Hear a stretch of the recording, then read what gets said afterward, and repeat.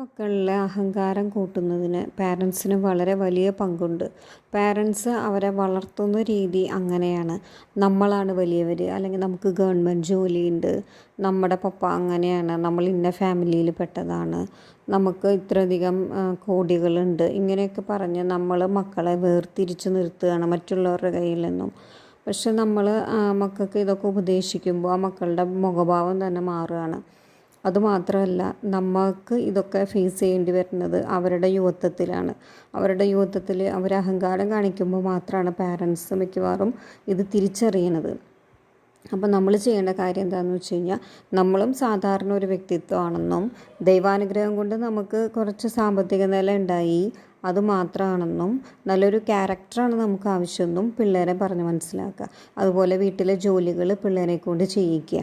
ജോലികൾ ചെയ്യുമ്പോൾ നമ്മളൊരു സാധാരണ വ്യക്തിയാണെന്ന് അവർ സ്വയം തിരിച്ചറിഞ്ഞുകൊള്ളും.